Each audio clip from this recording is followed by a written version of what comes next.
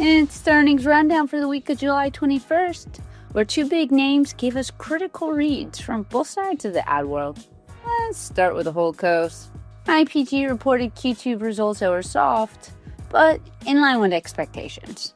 Organic revenue declined 3.5%, weighed down by continued pressure in media and healthcare, especially in the US and Europe. But the real surprise, margin expansion. Thanks to early cost cutting from its $250 million restructuring plan, IPG's adjusted EBITDA margin hit a historic 18.1%, a significant 350 basis point increase year over year, proving it's not just cutting, but tightening execution. Meanwhile, CEO Philip Krakowski struck a steady tone, saying client activity remains largely resilient, with no market change in net client behavior. That's a notable contrast to the macro caution we heard from WPP. And beyond the numbers, IPG offered a peek into the future. Their AI-powered Interact platform and new agentic systems for commerce are already driving results and hinting at long-term SaaS-style revenue potential.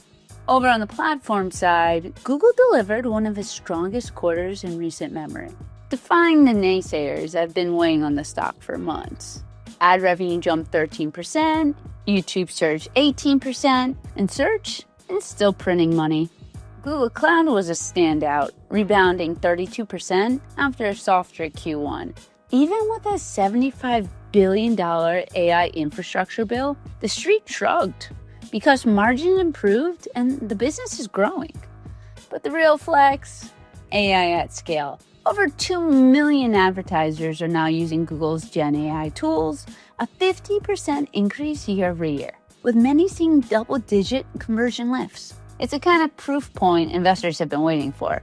AI adoption that's not just a headline, is driving performance.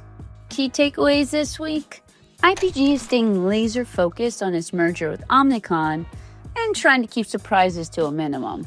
And Google reminded the market why you don't bet against a $2.3 trillion platform, especially when it's delivering real AI-driven results at global scale.